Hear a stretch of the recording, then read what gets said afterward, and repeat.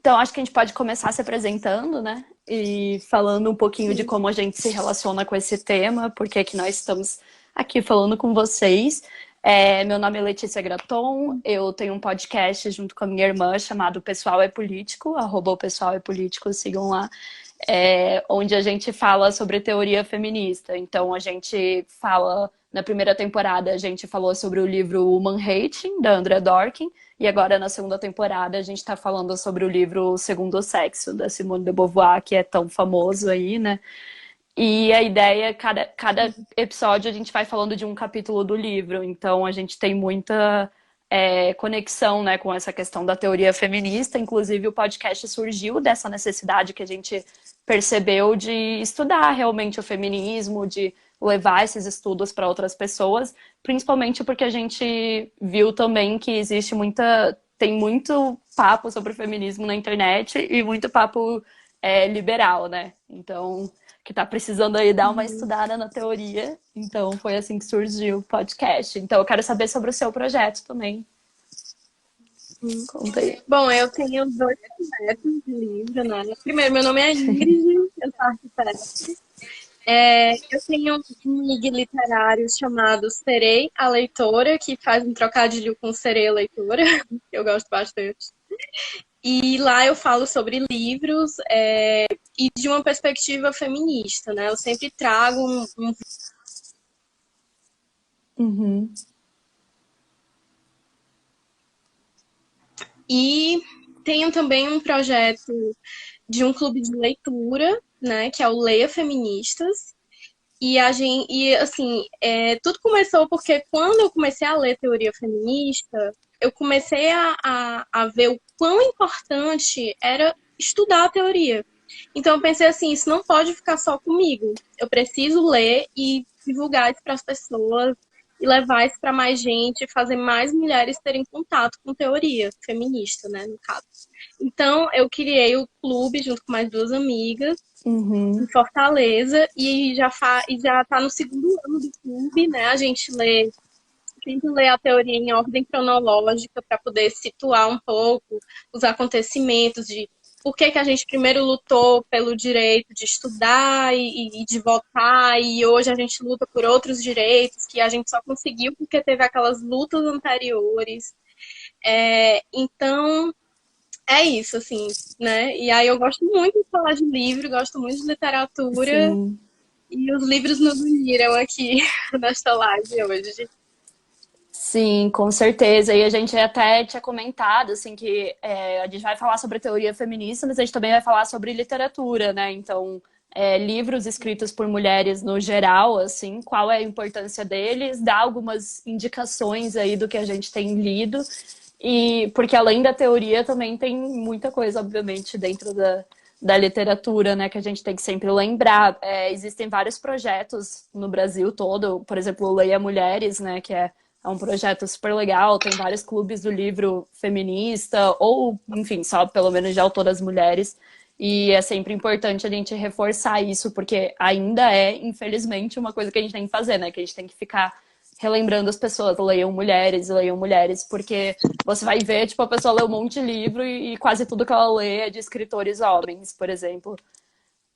Tem o Clube Lesbos, que alguém tinha comentado ali também, né? E daí existem vários enfoques também. Eu já participei do Leia Mulheres aqui de Curitiba, algumas vezes.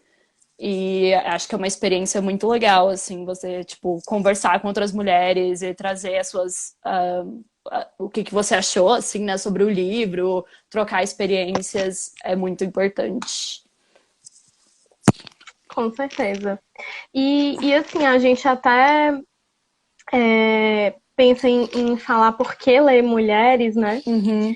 Porque, assim, quando a gente lê a perspectiva só de homens, né? Que a grande maioria dos clássicos, os livros mais visibilizados, assim, pela mídia, geralmente são de escritores homens, né? Sim. Então, a nossa perspectiva de mundo, ela fica reduzida, porque a gente vê o mundo da perspectiva masculina.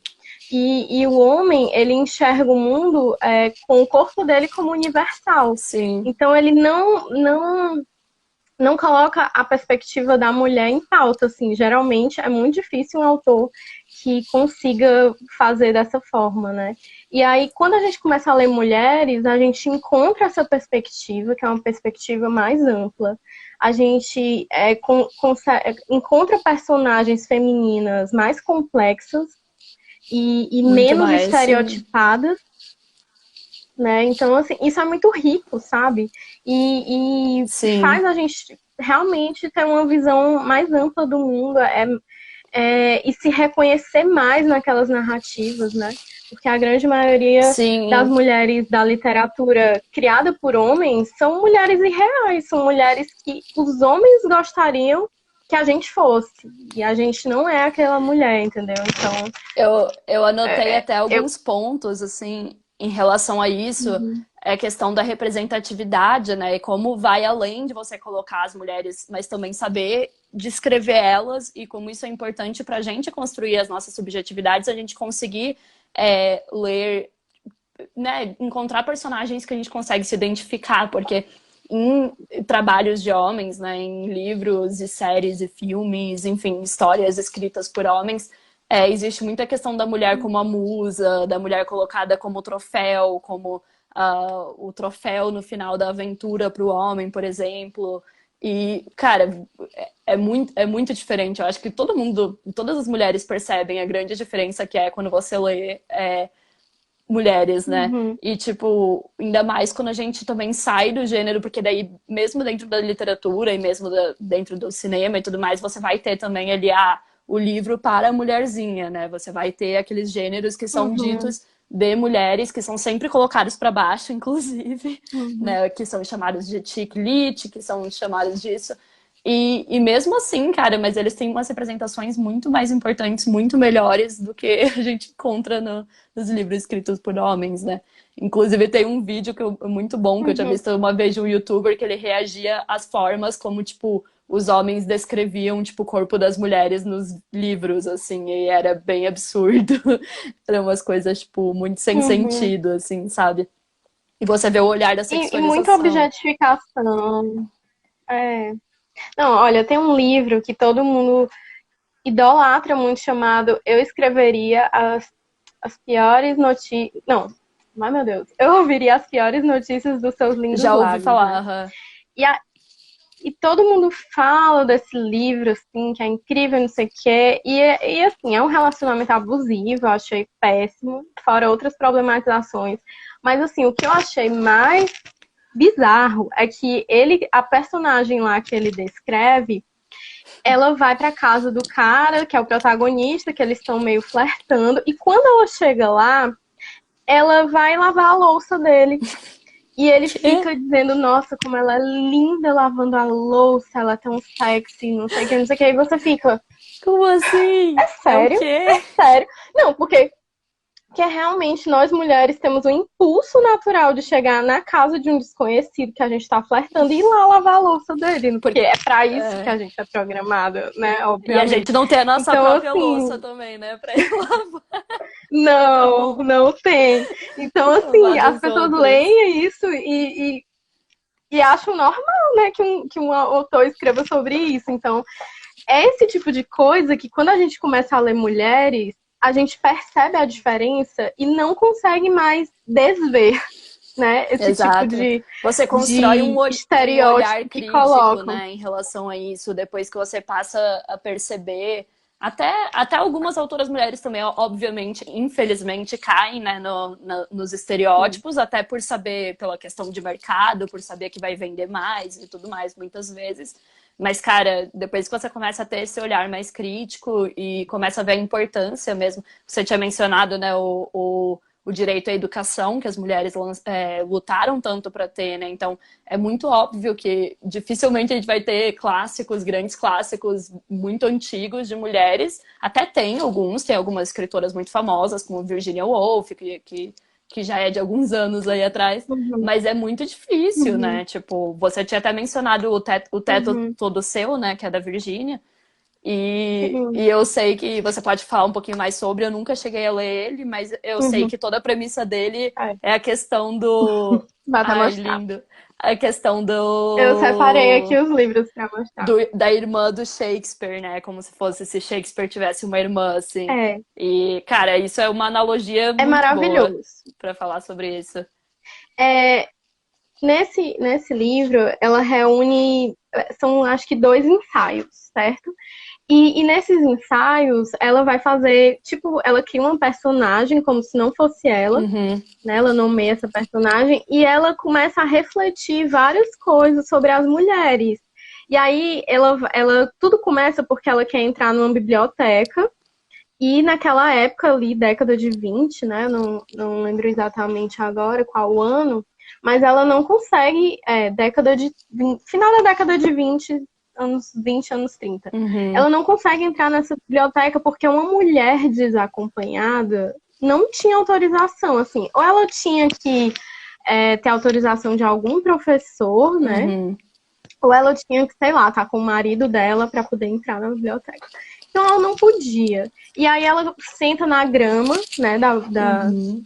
da biblioteca, assim, do lado de fora, e ela começa a pensar, né, que no pensamento dela eles não podem impedir, né, dela pensar em nada. Então, dentro da cabeça dela, ela era livre. E aí Total. ela começa a pensar muitas coisas boas, no sentido assim, tipo, elas têm a universidade das mulheres, que naquela época não podia ter universidade mista, né? Então tinha a universidade só das mulheres e a só dos homens.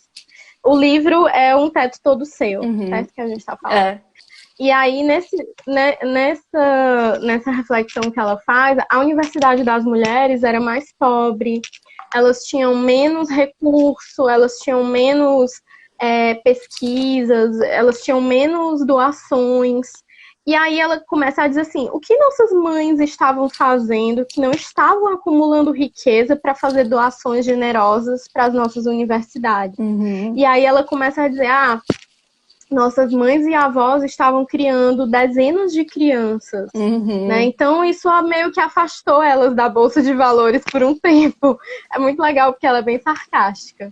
E aí depois Ela ela é. vai falar sobre o Shakespeare, né? E ela diz assim que supondo que o Shakespeare tivesse uma irmã que fosse tão genial quanto Shakespeare, ela jamais poderia ser Shakespeare, porque o que tornou Shakespeare é que ele era um homem naquela época. Exato. Então ele podia transitar livremente pela sociedade, ele podia participar do teatro, porque naquela época mulheres eram impedidas de participar do Inclusive, teatro. os Então, homens faziam papel de mulher, né? Não era? É. isso. Eles Uhum. se vestiam de mulheres e representavam mulheres. E, e assim, aí ela vai fazendo essa construção, e isso é muito didático para as mulheres entenderem que realmente existiu um sistema, ainda existe, né, que nos impediu metade da humanidade de crescer junto com a outra metade. Então a gente sempre ficou para trás. Né? Tanto que hoje a gente ainda colhe isso Total. das mulheres serem mais pobres, né? Elas têm uma maternidade ainda compulsória, que isso faz com que elas sejam mais empobrecidas. Elas têm menos acesso à terra, à propriedade, tudo resquício de muitos séculos em que a gente realmente foi impedida por Sim. lei, de herdar propriedade, de ter alguma legislação que nos desse direitos, né, efetivos, assim. Então, Isso me lembra até essa questão da. Isso pode parecer muito antigo, mas, por exemplo, a própria escritora do Harry Potter, ela abreviou o nome dela para não aparecer como uma mulher, né? Então, sim, ainda no mercado sim. literário, isso é muito forte. E eu fico sem. Cara, já pensei isso muitas vezes. Uhum. Será que J.K. Rowling seria J.K. Rowling se fosse Joanne, né? Se não Sim. fosse. Acho que é Joanne o nome dela. Se não fosse Uhum. JK, né? Então, Não, e muito outra forte. coisa, não só isso. Se a personagem principal fosse a Hermione, não o Harry, Exato. eu acho que Também. também não teria feito tanto sucesso, sabe? Porque as meninas leem livros com Sim. protagonistas masculinos, mas os meninos não são educados para ler livros com personagens femininas, Isso é né, muito como verdade. protagonistas. vira coisa de menina. Ah, o livro é de uma menina, então é coisa de menina. O livro que é escrito tanto por mulher quanto por homem, mas tem um protagonista homem, ele é universal, ele serve pra um pra Sim, outro. e é muito fácil a Né? gente Então, cair nisso também, né? Porque a gente não tá acostumada a se ver nas histórias, então a gente já cresce acostumada todo mundo lia Harry Potter, ótimo, óbvio, assim, foi um super hit e uhum, tudo mais, mas eu não lembro, pelo menos, de quando eu era criança, questionar, sabe? Mas o Harry é um menino, será que eu devia estar lendo, sabe? Agora, se fosse o contrário, uhum, aconteceria com certeza, assim, até hoje, tipo, com quando certeza. muda um personagem de homem para mulher, por exemplo, como foi o caso de Doctor Who, o caso de Avatar e tudo mais, as pessoas Uhum, já ficam questionando, porque, nossa, será que os meninos vão se uhum, identificar, né? Será que eles vão conseguir gostar dessa história sim. da mesma forma como as meninas? E, cara, isso é muito, muito complexo. Você estava falando da Virgínia, eu peguei o meu Miss Dalloway aqui também para indicar, que é outro da Virgínia, que é Maravilhoso. incrível também. E ele é muito interessante porque ele é um o estilo, né, de escrever da Virginia, ela tem essa questão do fluxo de consciência, assim. Então você fica Uhum, tipo, meu Deus, o que está acontecendo?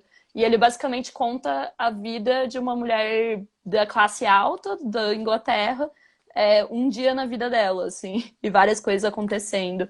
uhum, E é muito louco, porque você vê, tipo, a questão de como essa questão de status, de poder, de como ela pensa, de como ela realmente não pode fazer nada, né, enquanto o marido vai trabalhar e tudo mais. O trabalho dela é organizar um jantar na casa dele, sabe? Então é sim. muito, muito interessante, assim. Muito bom. Lati, eu posso ir começando as indicações de literatura? Pode, pode. Eu separei três indicações principais aqui para mostrar. Esse daqui, A Elegância do Ouriço, é um dos meus livros preferidos. Ele traz duas personagens mulheres muito fortes. E assim, elas são opostos, mas elas são muito inteligentes, sabe? Então você Sim. fica encantado assim, com a construção das personagens. Uma delas é como é que eu posso dizer, uma zeladora de condomínio, assim, né? Uhum. De um edifício francês de gente muito rica. E ela é uma mulher cultíssima, assim, ela lê muitos livros. Ela cita, né, que ela lê o Karl Marx, ela lê Tolstói, ela lê vários clássicos, assim, e ela finge que ela é burra, e finge que ela é meio alienada, ela diz que deixa a televisão ligada para as pessoas acharem que ela assiste aqueles programas, assim, para as pessoas não acharem que ela é tão inteligente assim. Então é muito, muito legal, sabe? E a outra personagem é a Paloma, que é uma menina, acho que ela tem 12 anos, agora eu não me lembro, que ela é super dotada. Então ela é muito inteligente e ela é tão inteligente assim que ela diz que não consegue mais encontrar sentido na vida e que se ela não encontrar, ela fala que vai demorar, ela estipula um tempo, eu já não me lembro, até o aniversário dela de não sei quanto tempo, de não sei quantos anos, se ela não encontrar um sentido para a vida, ela vai se matar. Aí essas duas personagens, elas se Profundo. encontram e é sensacional, assim, é um livro muito massa, certo? Da hora, nunca tinha Aí ouvido falar. Muito bom. esse livro é muito bom, tem muitas quotes. E assim, ela finge que é burra, mas não é nem no sentido é, de porque ela é uma mulher e não quer parecer inteligente. É mais no sentido de assim, as pessoas esperam que eu seja burra. Então eu vou dar a elas o que elas esperam por eu ser uma zeladora, Uhum. né? Tem a questão da classe Sim. envolvida, não é só de gênero. E aí enquanto isso, ela fica falando assim, filosofando, sabe? Que as pessoas ficam aprisionadas nessa prisão mental delas de estereotipar as pessoas e tal. E ela fica meio que tirando chacota das pessoas, assim, Que por engraçado. elas imaginarem que ela é ótima, assim, as duas personagens são muito boas. Massa. Aí o outro livro são dois livros assim que eles têm um tema parecido, mas eles têm perspectivas diferentes, né? É O Poder e esse aqui é A Pequena Sereia e o Reino das Ilusões. O Poder, ele vai falar ele é uma distopia E ele vai falar de uma Nossa. sociedade como paralela à nossa, assim, como se fosse a nossa, em que as mulheres começam a despertar, a partir dos 15 anos, um poder de eletricidade nas mãos. Que Então, da quando hora. elas começam a ter esse poder, é muito massa. Quando elas começam a ter esse poder, elas começam a simplesmente não serem mais as vítimas. Porque se um homem ataca elas, elas têm o poder de matar eles com a eletricidade que sai da mão delas. Olha, uma Né? Então, é distopia a muito nosso massa. favor, então, na verdade, né? Uma É. utopia E aí, aí o basicamente. que acontece? Essa distopia é narrada por, acho que são 4 ou 5 personagens, e tem um homem que narra e o resto são mulheres. E aí todas essas mulheres, elas começam a mostrar várias frentes do que está acontecendo. Então, tem uma frente religiosa em que eles começam a criar uma religião matriarcal, baseada numa Louco. deusa e tal. Aham. Aí tem outra mulher que, se eu não me engano, ela é política, então ela começa a haver uma modificação do direito das mulheres e dos homens. E aí o que acontece aqui é uma inversão do patriarcado, ou seja, os homens, eles começam a virar o que a gente é hoje na sociedade. Mulheres que são pessoas acuadas, Uhum. vítimas de violência e que perdem seus direitos, né? Então, é isso que vai acontecer com os homens. E aí, o que é legal é que a autora, ela coloca assim, nas sociedades que são mais patriarcais, né, como as do Oriente Médio, que as mulheres não podem votar nem dirigir, lá acontecia também o extremo do patriarcado. Então, os homens perdiam o direito de andar na rua sozinhos, eles tinham que ter uma tutora para autorizando eles andarem na rua. Então, quando o cara tá narrando, aí ele diz lá que ele não conseguiu autorização, então ele não pode sair de Que casa, sabe, louco. assim.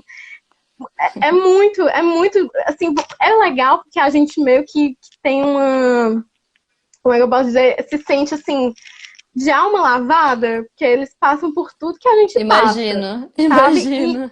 E é um livro muito bom para entender o patriarcado, porque quando é os homens que estão sofrendo tudo que a gente sofre, a gente tende a sentir uma empatia, porque não é o comum eles Sim. serem oprimidos, o comum é a E também porque eu gente. acho que entra naquilo que a gente estava falando antes também da gente conseguir ler personagens homens também e sentir empatia por eles, né? Muito facilmente. Então, conseguir Uhum. se colocar no lugar deles. Então, deve ser muito interessante Isso. mesmo. Tá aí Não, é uma. muito bom. E o final desse livro, o final, O Poder da Naomi Alderman, ele é um dos Massa. melhores finais que eu já li na literatura. Sério, termina o livro e você fica assim, caramba, é muito Massa. sensacional, muito. E o outro livro é esse aqui, que é A Pequena Sereia do Reino das Ilusões. Uhum. Esse livro é um daqueles que as pessoas ou Ou amam ou odeio. odeiam. Por quê? Por quê? Porque nesse livro é uma distopia também, em que as sereias, elas têm um patriarcado, né? E aí elas começam a meio que se rebelar contra isso. Só que até elas se rebelarem, elas sofrem muito. E aí tem todo um paralelo com o nosso mundo. Elas têm muitos padrões de beleza, de sofrerem mesmo para se adequar no padrão de beleza. Então elas têm que colocar umas pérolas nas caudas e elas têm que furar a cauda para colocar. E essas Que pérolas são loucura, não é pesadas. Então, mesmo? então faz umas alusões bem legais. E aí, o que acontece é que é, existe uma certa vingança nesse livro. Então ela se rebela contra o patriarcado no papel do próprio pai dela, que é o rei dos mares, né? E aí ela descobre que a bruxa, na verdade, era irmã do pai dela e que o pai dela expulsou essa bruxa porque ela era uma mulher poderosa, uma mulher que não se Só pra eu submetia ao entender, é tipo uma patriarcado. releitura da própria Pequena Sereia? Tipo, tem os mesmos É nomes uma, ou é completamente diferente? Não, são novos Uhum. nomes, mas os Mas os mesmos mesmos personagens, personagens, né? entendi. Uhum. Então ela se apaixona também pelo cara, aí ela vai, perde a cauda dela pra bruxa. E é muito legal os diálogos que ela tem com a bruxa, sabe? Que a bruxa vai desconstruindo algumas coisas nela, Massa. e aí ela começa a perceber que assim, que quando as mulheres são temidas, né, elas são tidas como bruxa, então não Interessante. importa o quão boa você Sim, seja, é muito bom. E aí, no final, ela meio que se vinga, assim, do pai dela. Então, muita gente não gostou porque achou pesado. Só que aí eu entro nessa questão. O que é pesado, né? É as mulheres aceitarem uma vida eterna de escravidão, sendo humilhadas, reprimidas e tudo mais, ou elas finalmente se sim, rebelarem e cobrarem de serem realmente respeitadas e, enfim, né? E cobrarem sim. serem humanizadas, né? Serem humanizadas. Então é um livro assim que eu achei muito interessante, né? Lógico, todos os livros assim, eu sempre recomendo a pessoa ler com uma criticidade, né? Sim, Nesse da Pequena Sereia tem leves coisinhas assim que eu poderia fazer uma crítica, mas nada que seja assim, meu Deus, não é bom o suficiente, eu não perdi a vontade de ler por causa disso, não nada sim. desse tipo, sabe? É mais assim, porque, por exemplo, existe muito uma exaltação da beleza, e aí, de certa forma, eles colocam que, como as sereias não podem se maquiar, e aí eles colocam que a maquiagem é uma coisa empoderadora. Porque a Uau! bruxa, ela se Quem que já maqueia. ouviu essa, né? E, e aí, e assim, é sempre bom ter o senso crítico, porque tudo que é reprimido, realmente, quando a gente consegue fazer, parece que a gente está se Sim, empoderando. Mas não é exatamente isso, né? Você poder passar um batom não vai te com empoderar. certeza. Então, é só para esse tipo de noção crítica Sim. quando lê. Mas, fora isso, o livro é excelente, traz muitas boas reflexões, né? Inclusive, nesse livro tem uma personagem extra que não tem no conto original, que é a mãe do príncipe, e aí ela vai mostrar algumas coisas bem interessantes sobre o relacionamento da mãe com o filho e dela com essa no, é, sogra, Nossa, né? Suposta aham. sogra. Então é bem legal. Bom, Mas tu quer falar das suas você falou de indicações de literatura? distopias, você falou de distopias, eu tenho que Uhum. começar pelo clássico agora, né, que é o Conto da Aia. Sim. Apesar de ser bem pesado, provavelmente as pessoas conhecem a série, né, The Handmaid's Tale, já, que já tá bem Uhum. famosa. Eu fiz meu TCC sobre a série, então eu já assisti, tipo, várias vezes. Mas o livro, ele vem bem antes, né, ele é dos anos 80, na verdade. E, cara, ele é muito bom, assim. Ele é basicamente a primeira temporada da série inteira, né? Ele vai contar a história, pra quem não conhece ainda, da sociedade de Gilead, que é basicamente a América do Norte. Enfim, sofre um ataque de um grupo religioso que começa a dominar, né, o país, e que muda tudo, muda o nome do país e tudo mais. E as mulheres que são férteis ainda, porque nesse mundo as mulheres param, né, de conseguir ter filhos, as poucas que ainda podem ter filhos acabam sendo aprisionadas como escravas sexuais dos governantes, né? Então, elas passam a ser as Aias, que é essa personagem principal aqui. Uhum. E a personagem principal vai contar a história da perspectiva dela. E, enfim, é extremamente interessante, ainda mais para você fazer um Uhum. paralelo quando ela vai contando, assim, da vida dela antes, né, de toda essa distopia acontecer. Que ela era uma mulher normal, que trabalhava, ela nem era, tipo, feminista, assim, sabe? Ela não era tão ligada nesses assuntos. E depois ela passa a ver toda essa questão da opressão e, Uhum. enfim, tem vários paralelos aí com a nossa Uhum. realidade, com o governo atual, infelizmente, e acaba sendo um pouco pesado, mas eu acho muito importante, Uhum. então quis começar com esse Uhum. clássico, porque eu acho que vale muito a pena, mesmo que você já tenha visto a série, eu acho que é um livro muito Uhum. legal, assim, ele dá uma perspectiva Uhum. muito interessante, assim, e, cara, a Margaret Atwood, que é a escritora, nossa, ela manda muito bem, né? Eu acho que todo mundo que já leu os livros Uhum. dela, ela é muito boa É. em construir esses E eu mundos. sempre. Eu sempre falo também que o conto da Aya é ótimo para entender a opressão feminina, Sim, né? Porque, total. assim, a nossa opressão, ela realmente é fruto do nosso sistema reprodutor. É isso que faz a gente ser explorada, né? Sim. Porque para os homens dominarem o mundo, eles precisam dominar quem produz gente. Quem produz gente somos nós. Então, imagina, esse mundo aí, ele mostra o caos que vira o mundo Sim. quando existe uma crise de infertilidade, mulheres não podem mais ter E filhos. Então, principalmente, eles pegam todas as mulheres. e principalmente como isso é usado como justificativa, né? Depois também, para Pois fazer é. qualquer coisa, para dominar as mulheres e Então, tudo mais. eles pegam todas as mulheres. É tipo assim, não vamos reproduzir normalmente com as mulheres, né? Conseguindo. As que conseguem, conseguem. As que não conseguem, tudo bem, vamos procurar aqui uma cura para a infertilidade. Não.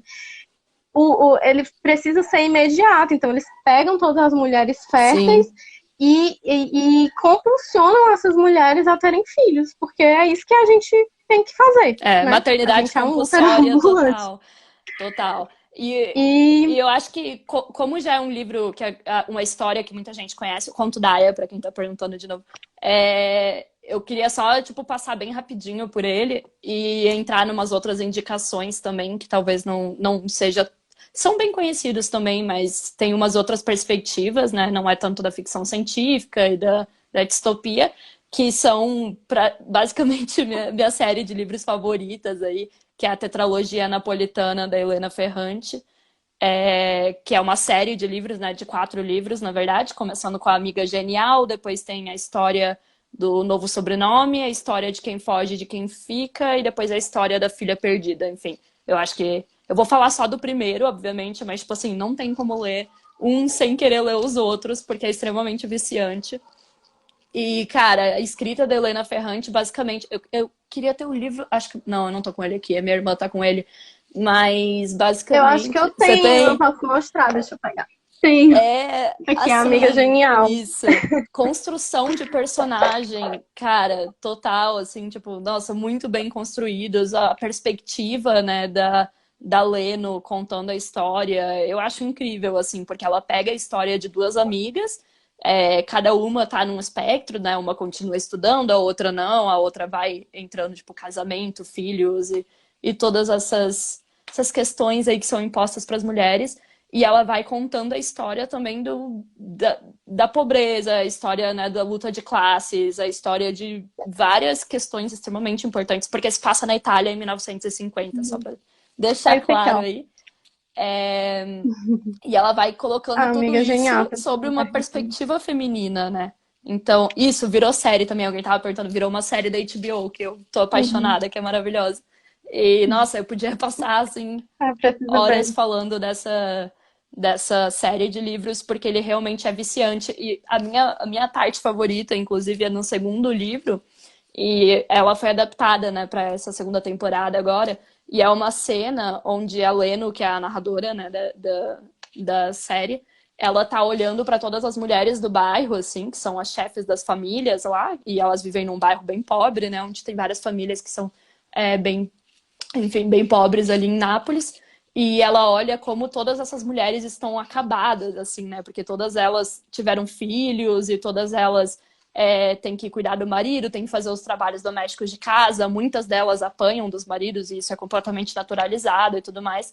E ela tem uma reflexão, assim, que, nossa, eu acho que são 2 ou 3 parágrafos, é bem grande, assim, que é inteiramente falando sobre como a vida das mulheres é moldada ao redor disso, né? De cuidar dos homens e de como elas envelhecem cedo. Tipo, elas têm basicamente 30 e poucos anos e já parecem ter 50, 60, porque elas têm essa tripla jornada. E aí a personagem principal fica refletindo sobre essas questões, assim, se ela vai se tornar uma daquelas mulheres.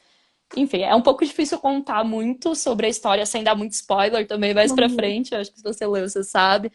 Mas, assim, nossa, quando a gente tá falando ainda mais pela Helena Ferrante também, né? De escritoras mulheres, né, femininas, ela se tornou um fenômeno, né, também da literatura. E ela abriu muitas portas para outras mulheres que vieram depois também.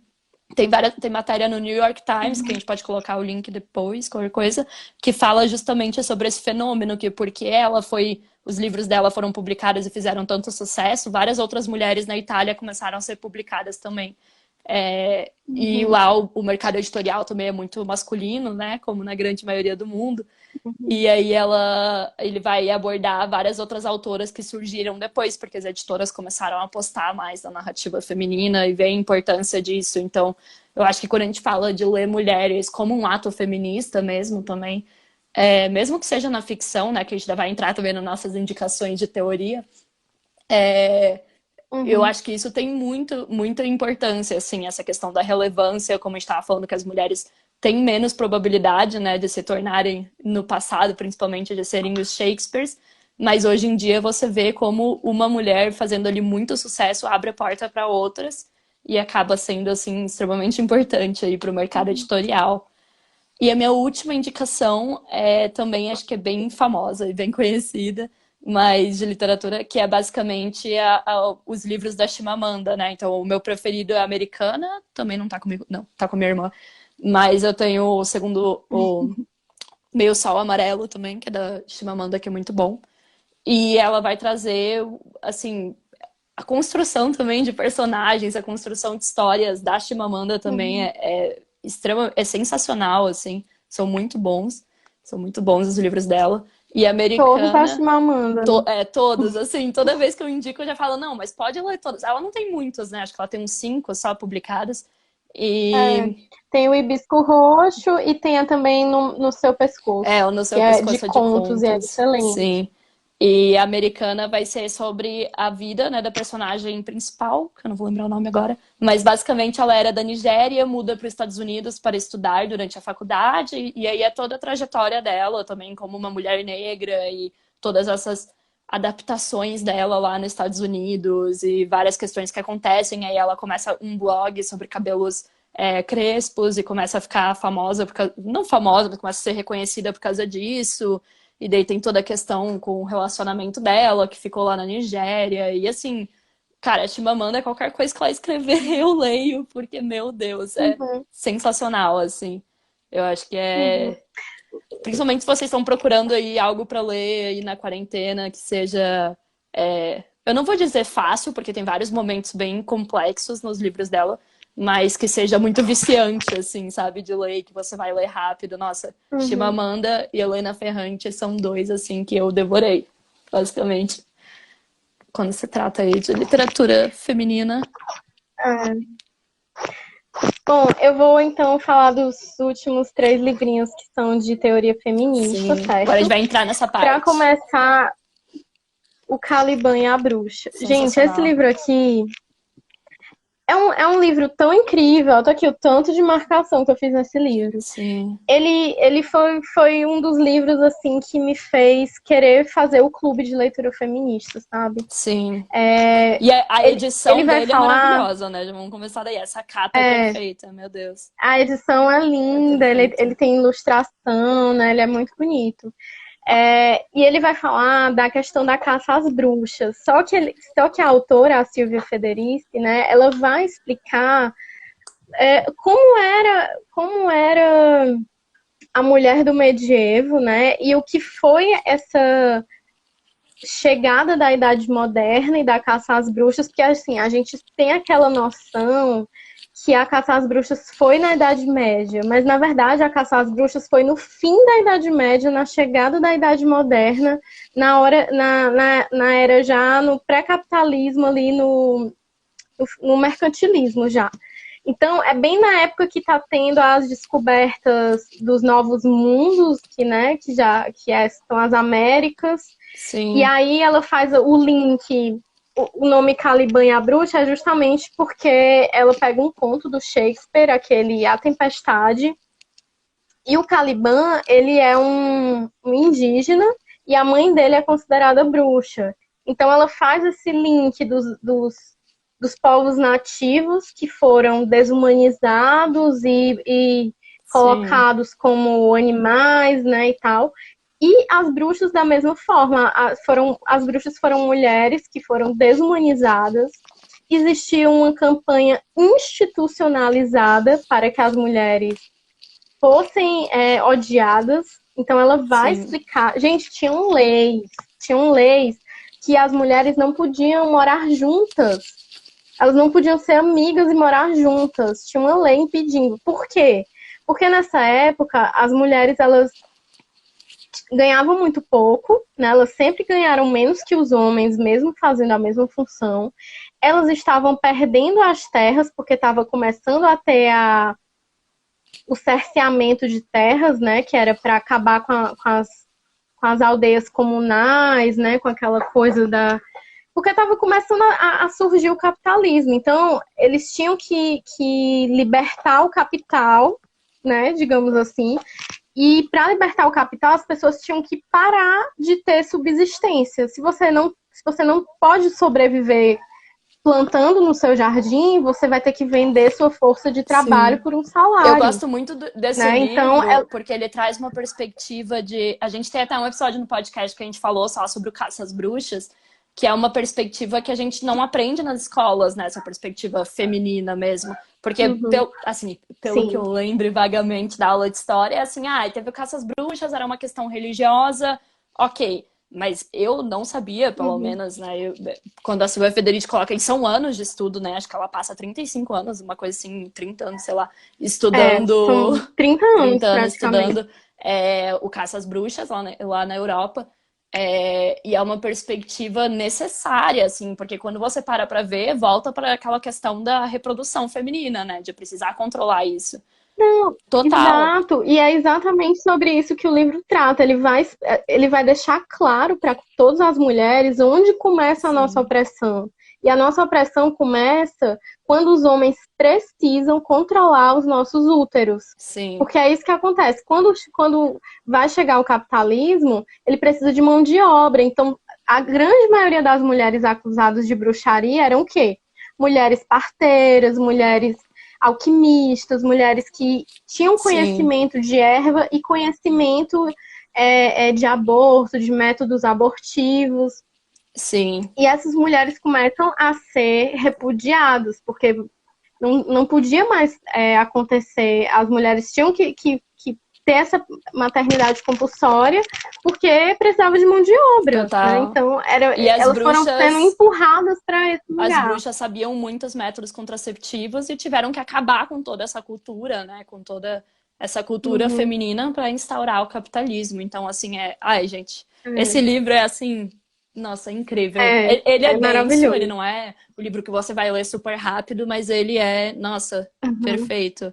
Eu queria Uhum. entrar aqui um pouquinho falando de livro denso, na minha recomendação, que eu Uhum. sempre falo, mas assim, infelizmente ele não tem lançado no Brasil, mas eu sei que tem algumas partes dele já traduzido, e talvez dê para achar também em PDF. A minha irmã comprou no Book Depository, mas que é extremamente importante, que é o Pornland, da Gayle Dines. E assim, em relação à teoria, as pessoas pediram dicas, né, relacionadas à questão da sexualidade, ao feminismo radical, e assim, eu acho que muitas pessoas aqui já devem conhecer um pouquinho do trabalho da Gayle, né, quando ela fala sobre pornografia. Ela tem muito vídeo sobre isso, ela tem palestras, ela é assim, uma mulher sensacional. E esse livro é assim, nossa, eu li ele e ele é difícil de ler porque ela vai falar, basicamente ela vai contar sobre toda a questão da indústria pornográfica e vai entrar em dados e vai falar que a tese dela basicamente é a questão de como a pornografia virou mainstream e tudo mais e passou a ser aceita, né? Então ela vai fazer todo esse histórico desde quando a pornografia era uma coisa, enfim, feia e suja e para as classes baixas, até depois quando ela se torna uma coisa Uhum. aceitável, principalmente por causa da Playboy e dessas revistas que vão popularizando. Esse livro acho que ele é de 2012, se eu não Uhum. me engano. E é todas essas teses da Gayle Dines, então cada capítulo vai abordar uma parte da indústria pornográfica, assim. E, cara, você lê assim, você fica muito chocada, muito enojada, mas é necessário. Claro que ele é forte. Tipo, Uhum. tem muitos momentos onde ela vai descrever vídeos e onde ela vai falar das coisas que ela vê, porque, né, isso tá dentro da pesquisa dela. Mas ele é muito, muito, Uhum. muito importante, muito necessário e, pelo menos pra mim, assim, me deixou numa crise, porque, cara, quando a gente tá falando de sexualidade, você lê isso e você vê como a pornografia molda, porque inclusive o subtítulo do livro é How Porn Hijacked Our Sexuality, que é tipo como o pornô roubou a nossa sexualidade, basicamente assim. E aí ela vai falar sobre como, né, as pessoas hoje em dia, sexualidade é construída através da pornografia e como isso é prejudicial para mulheres. Então, assim, quem tem interesse nessa área, minha irmã fez TCC sobre, né, então a gente fala muito sobre, e ela usou muito Uhum. Gayle Dines, porque, cara, não tem como estudar essa área e não estudar ela, assim. Eu acho que o Pornland, ele tá sendo traduzido. Ele tem alguma tradução, não tem não? Ele Eu, só tem eu inglês. acho que ele tem, a minha irmã comentou ali, acho que tem alguns capítulos traduzidos no Feminismo com Classe, e acho que lá no QG tem É, também alguns. pronto. É, eu acho que ele Mas, estava sendo traduzido. assim, eu queria muito que ele fosse lançado no Brasil, e é Ah, eu sensacional, também. assim, é Tem, sensacional. tem muitos livros de teoria feminista que nunca vieram para cá, né? Uhum, Infelizmente. infelizmente. Eu vou tentar agilizar, vou falar rapidinho de dois, certo? Esse daqui é o Não Sou Exposição. Ele vai falar sobre imagem corporal, autoestima, saúde, e ele tem um pouquinho de o mito da beleza, assim, na questão de fazer as mulheres repensarem por que, que a gente odeia tudo que nos torna mulher. Né? Uhum, Então a gente odeia estria, odeia celulite, odeia envelhecer, né, como mulher. E aí ela faz muitas reflexões interessantes, ela fala de problemas de transtorno alimentar. E é um livro assim que acho que toda mulher deveria ler, sabe? Porque você sai um pouquinho mais consciente do quanto a gente é sim. manipulada para se odiar, né? E o outro é esse aqui: Homens não são de Marte e mulheres não são de Vênus, que é da Cordelia Fine. E ela é uma neurocientista e ela vai explicar como a sociedade e o neurosexismo criam a diferença entre os sexos. É um livro de divulgação científica, certo? É muito bom. Ela vai mostrar várias pesquisas que foram feitas para mostrar como a nossa cultura interfere na maneira que a gente enxerga homens e mulheres e na maneira que mulheres e homens se enxergam. Né? Por exemplo, meninas tendem a achar que são ruins em matemática. Por quê? Porque a sociedade tende a dizer que os homens são melhores, mas por que os homens são melhores? Porque todos os grandes matemáticos eram homens, mas as mulheres foram impedidas de estudar por séculos. Então, isso não é real, né? Sim. Então tem várias desconstruções e aí eu deixo as suas outras indicações. Sim, eu trouxe também outro que já virou aí clássico de indicação, que é o Mulheres, Raça e Classe, também, da Angela Davis, que é incrível, foi o primeiro que eu li da Angela Davis, agora eu já li todos, eu sou aí fã, tenho vários, acho que eu tenho todos, inclusive aqui em casa. Eu terminei de ler a biografia dela agora em março, que foi o último que eu li dela. E esse aqui eu acho que é o que mais resume todo o trabalho dela, principalmente para quem quer entender mais de feminismo negro, né? E ela faz todo um apanhado histórico, então ela vai falar sobre a luta das mulheres, por exemplo, para o direito ao voto, mas como isso também envolveu elas se aliarem com a supremacia branca, por exemplo. E ela, enfim, ela vai contar várias questões que a gente não necessariamente sabe quando a gente ouve falar da história das mulheres, porque a história das mulheres, obviamente, é feita, principalmente a primeira onda, né?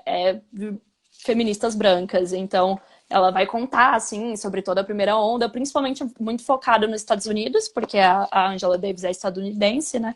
Mas é, assim, cara, é um livro, ele é curtinho, ele tem 200 e poucas páginas, quantidade de marcações que eu fiz aqui.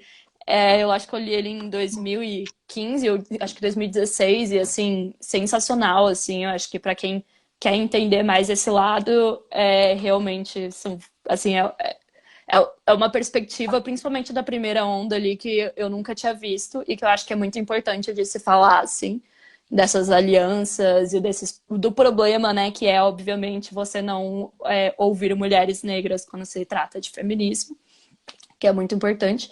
E o outro livro também que eu tenho aqui, mas que infelizmente também acho que não vai ter no Brasil, é o Freedom Fallacy, que ele é de feminismo radical. Então, ele é muito importante. Ele é feito por várias autoras, são vários artigos. Tem a Megan Murphy, por exemplo, que é muito conhecida. Cada artigo, basicamente, é sobre uma e cada um vai tratar de alguma questão do feminismo radical que a gente conversa. Então, por exemplo, sobre o BDSM, o outro vai falar sobre...